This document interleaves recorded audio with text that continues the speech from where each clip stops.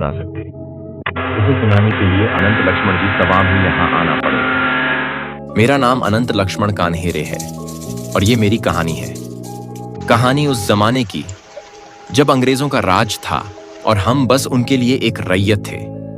पर तब मैं इतना नहीं जानता था। मैं चिपलून में पैदा हुआ, एक छोटा सा कस्बा जहां बारिश महीनों तक बरसती है और हर मोड़ पर समुंदर की खुशबू आती है। हमारे लिए सुबह का मतलब था स्कूल की प्रार्थना और शाम का मतलब था नदी किनारे खेलना। पढ़ाई अच्छे से करना अनंत। सबको लगता था मैं बस पढ़ाई में अच्छा हूं, पर मेरे अंदर हमेशा एक बेचैनी थी, जैसे कुछ ढूंढ रहा हूं। मेरे पिताजी मुझे सच बोलना, ईमानदारी रखना और दूसरों की मदद करना सिखाते थे। माँ रात को लोरी गाती थीं और मैं सपनों में खो जाता था। तब मुझे क्या पता था कि ये लोरियां, ये सुकून सब एक दिन मुझसे छिन जाएगा।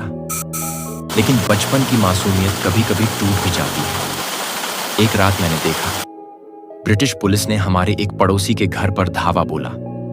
उनके पास संपत्ति जब्त करने का हुक्म था। कारण, उनके पास कुछ किताबें थीं जिन्हें वो संदिग्ध कहते थे। मैंने पहली बार देखा कि अंग्रेजों को हमारे शब्दों, हमारे विचारों से डर लगता है। मैं बस 8 साल का था, लेकिन उस रात एक बीज बोया गया था मेरे अंदर। बीज नफरत का नहीं, बल्कि सवालों का। और एक दिन यही सवाल मुझे उस रास्ते पर ले जाने वाले थे जहां से लौटना मुमकिन नहीं था। मैं तब 12 साल का था। जिंदगी ऊपर से वही थी, स्कूल, किताबें, दोस्तों के साथ खेलना। लेकिन अंदर कुछ और चल रहा था। और फिर एक दिन मैंने वो देखा जिसने मेरे मन अंग्रेजों के लिए नफरत की नींव रख दी। कलेक्टर जैक्सन शहर में बहुत मशहूर था। लोगों के सामने मीठी बातें करता, मेले ठेलों में शामिल होता। पर असल में वह उतना ही निर्दयी था जितना अंग्रेज साम्राज्य। उस दिन जैक्सन ने हमारे स्कूल के मास्टर को बुलाया। कारण, उन्होंने यूनियन जैक को सलाम करने से मना कर दिया था। Make him an example. से बांधकर कोड़े मारने लगती है। भीड़ खामोश, कोई कुछ नहीं बोलता है। मैं दूर खड़ा था, कुछ कह नहीं पाया, बस देख रहा। आवाज मेरे दिल में उतर रही थी। और समझ आया, इनके लिए हम सिर्फ प्रजा नहीं, गुलाम हैं। और ये हमें ऐसे ही झुकाए रखना चाहते हैं। उस रात मैंने तय कर लिया, मैं इनसे डरकर नहीं जीऊंगा। मुझे नहीं पता था कैसे, कब, पर एक दिन इस अपमान का जवाब जरूर दूंगा। उस दिन स्कूल था, गली मोहल्ले वहीं थे, लेकिन मैं बदल चुका था। यूनिफॉर्म मुझे एक साया लगती थी जो हमारे ऊपर मंडरा रहा था। मैंने इतिहास की किताबों में अपना शुकुन डूबना शुरू कर दिया। शिवाजी महाराज, तात्या टोपे, रानी लक्ष्मीबाई, ये नाम मेरे अंदर ताकत भरते थे। हर कहानी बताती, अन्याय का जवाब तलवार से भी दिया जाता है। मैं अक्सर सोचता, क्या हम हमेशा ऐसे ही गुलाम रहेंगे? क्या हमारे बच्चों को भी इसी तरह कोड़े सहने पड़ेंगे? उस दिन मुझे पहली बार महसूस हुआ कि मेरे जैसे सोचने वाले और भी हैं। बाजार में किसी ने मेरी किताब में एक पर्ची डाल दी। बस 3 शब्द लिखे थे, अभी नहीं पर जल्द। कई साल बीत गए, उम्र 16 की होने लगी थी और पढ़ाई के लिए मुझे चिपलून छोड़ना पड़ा। गंतव्य नासिक था शायद, क्योंकि मेरी जिंदगी कहां जानी थी इसका तो मुझे अंदाजा भी नहीं था। दिल में हल्की उदासी भी थी और एक अनजाना उत्साह भी।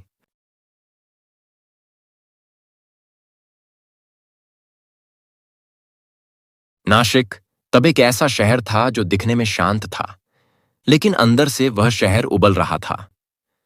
किसी ने कहा था, वहां किताबें भी मिलती हैं और खबरें भी, जो चीजों को पसंद नहीं आती।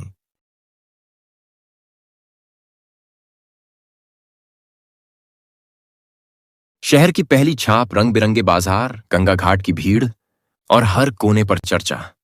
लेकिन मेरे लिए सबसे अहम था हॉस्टल का कमरा और एक नई जिंदगी की शुरुआत।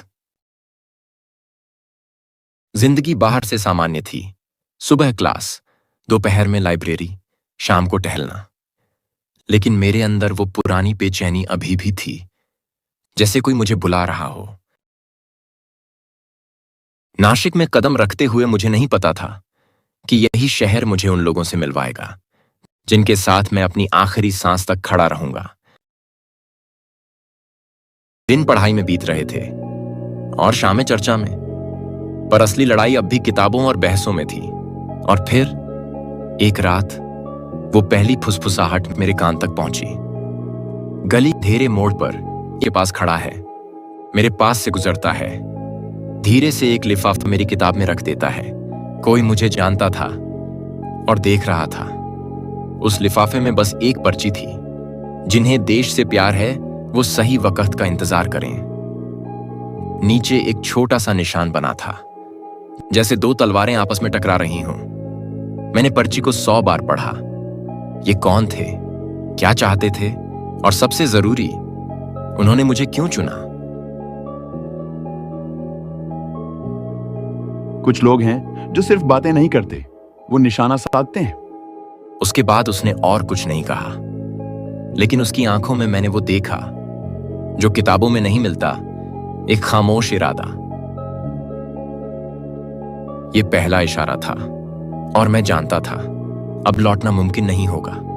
आगे मैं ऐसे लोगों से मिलने वाला था जिनके लिए आजादी एक सपना नहीं बल्कि एक मिशन थी। कुछ दिनों से उस पर्ची का बोझ मेरे साथ था और फिर एक रात अगला कदम खुद मेरे कमरे में आ गिरा। मैंने कागज खोलकर देखा, उस पर लिखा था, शनिवार, पुराना गोदाम, पीछे का दरवाजा, अकेले आना। एक पुराना जर्जर गोदाम, दरवाजा आधा खुला, अंदर मोमबत्ती की रोशनी आ रही थी। मैंने सोचा बस 2-4 लोग होंगे, लेकिन अंदर गया तो देखा करीब 10 चेहरे और सबकी आंखों में एक ही सवाल, तुम हमारे जैसे हो? नाम नहीं पूछेंगे, बस इतना जान लो कि हम सर्कल हैं, और सर्कल में घुसने का मतलब है बाहर निकलने का कोई रास्ता नहीं। मैं चुप रहा, लेकिन दिल में अजीब सा सुकून था, जैसे अपनी जगह मिल गई हो। ये हमारे कोड है। ये हाथ का इशारा सुरक्षित का मतलब है, और ये वाला खतरा। अगर कोई बात कहनी हो तो इस तरह से सिर झुकाओ, इसका मतलब है अब चुप रहो। मैंने हर इशारा, हर निशान याद कर लिया। अब ये सिर्फ बातें नहीं थी, ये एक भाषा थी जो मौत के बीच भी काम आती है। ये है हमारा दुश्मन।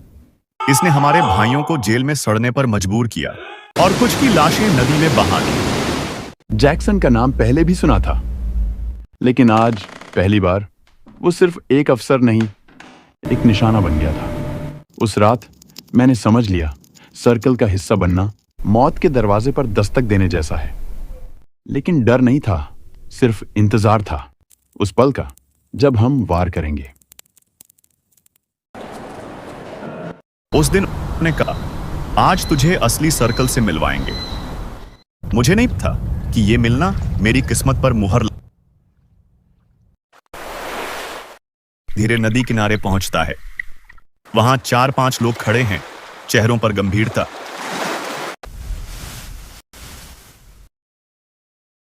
सिर्फ खून, ये हमारी जुबान का वचन है। मेरे हाथ थोड़े कांप रहे थे, लेकिन दिल में कोई सवाल नहीं था। देश की आजादी के लिए अपन भी हंसते हंसते न्यौछावर करेंगे। जब मेरी उंगली से पहला कतरा गिरा, लगा जैसे बचपन का डर भी उसी के साथ बह गया हो। याद रख, एक बार दबा दिया तो लौटने का रास्ता नहीं बचेगा। तो फिर उंगली ट्रिगर पर ही रहेगी भाई।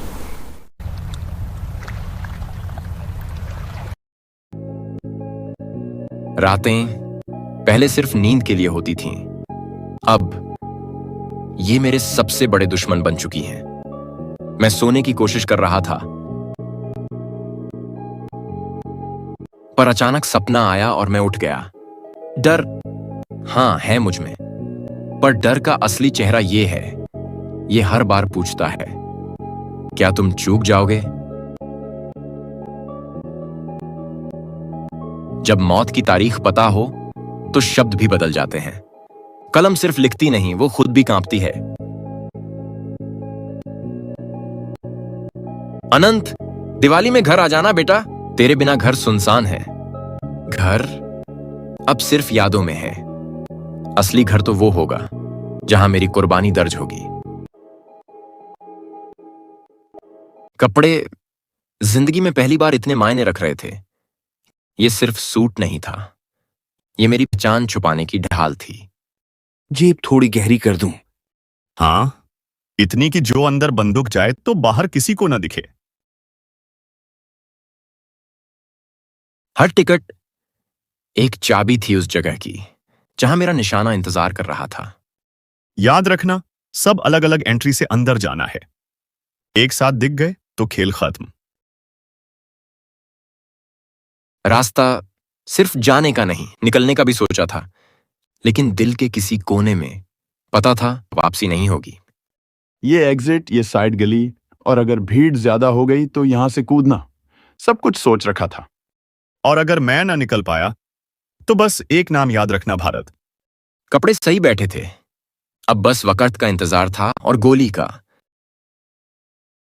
कल के बाद कोई नाम, कोई चेहरा याद नहीं रखना। हाँ, अब बस चेहरा याद रखना है जैक्सन का। कपड़े तैयार, टिकट तैयार, रास्ता तैयार, अब बस दिल को तैयार करना है। ये वो जगह थी जहां हंसी और ताली बजनी थी, और मैं लाया था एक ऐसी आवाज जो किसी ने पहले नहीं सुनी थी।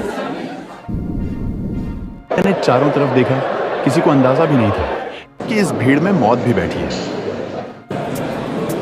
मेरे लिए वो डायलॉग, वो ताली, सब धुंधले थे। बस एक कुर्सी साफ दिख रही थी जिस पर वो आने वाला था। लोग उसे सम्मान दे रहे थे और मैं उसे सजा देने आया था। हर कदम जैसे सीने में ढोल बज रहा हो, लेकिन मेरे हाथ बर्फ की तरह ठंडे थे।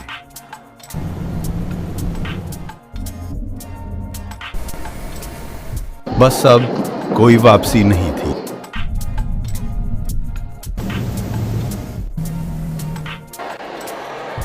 वो आवाज गोलियों की नहीं, आजादी की थी। गोली चलने के तुरंत बाद पहले एक पल के लिए थिएटर में सन्नाटा, जैसे समय रुक गया हो। अचानक जोरदार चीखें उठने लगीं। एक पल सब कुछ थम गया। दूसरे ही पल जैसे पूरा शहर जाग गया हो।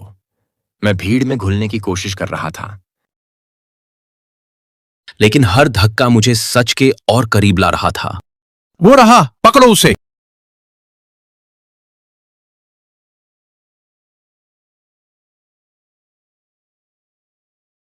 मैंने हथियार छोड़ दिया, लेकिन मेरा इरादा नहीं। वो मुझे नहीं, मेरे सपने को कुचल रहे थे। नाम बता, और कौन था तेरे साथ? ये नाम मेरी सांस के साथ ही बाहर आएंगे, उससे पहले नहीं। यहीं से असली लड़ाई शुरू होनी थी। गोलियां चलाना आसान है, चुप रहना मुश्किल।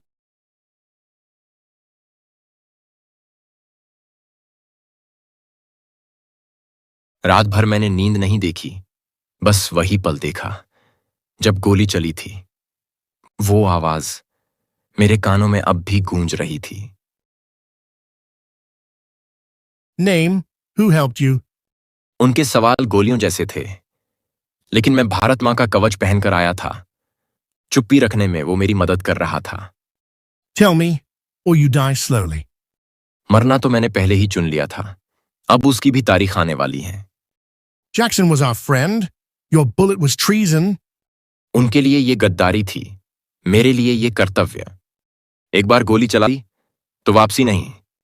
मैंने गोली चला दी थी, अब वापसी नहीं थी। उन्होंने सोचा मैं डर जाऊंगा, लेकिन डर तो उसी दिन मर गया था जिस दिन मैंने ट्रिगर दबाया था।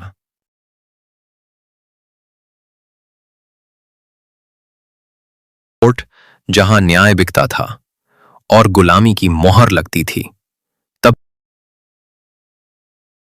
आज वहीं मेरा नाम पुकारा जा रहा था। Proceed with the case. This boy is a murderer, a dangerous element against the crown. He shot a respected collector without provocation. उनके लिए जैक्सन एक रिस्पेक्टेड था, हमारे लिए वो अत्याचारी था। The evidence is undeniable. He must face the highest punishment. Do you accept the charges? Will you say anything in your defense? अगर अपनी मातृभूमि की रक्षा करना अपराध है तो मैं यह अपराध 100 बार करूंगा। अगर अंग्रेजी हुकूमत के अत्याचार के खिलाफ आवाज उठाना गुनाह है तो मैं इस गुनाह पर गर्व करता हूं।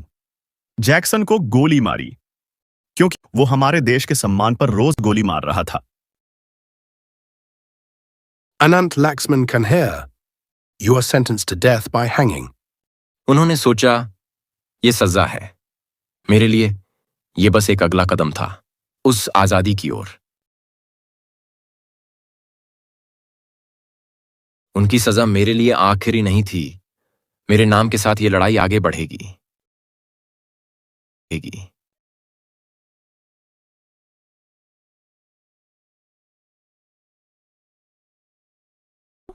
तारीख तय हो जाएगी, अब बस 2 दिन बचे थे। मेरा 18वां साल, मेरी आखिरी उम्र का साल।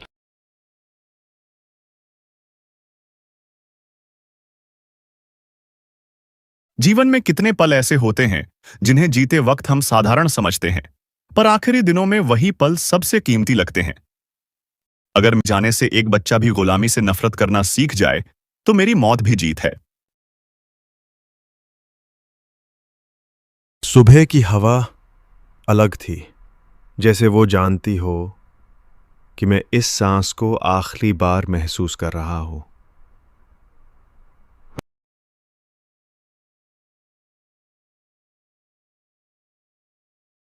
Any words?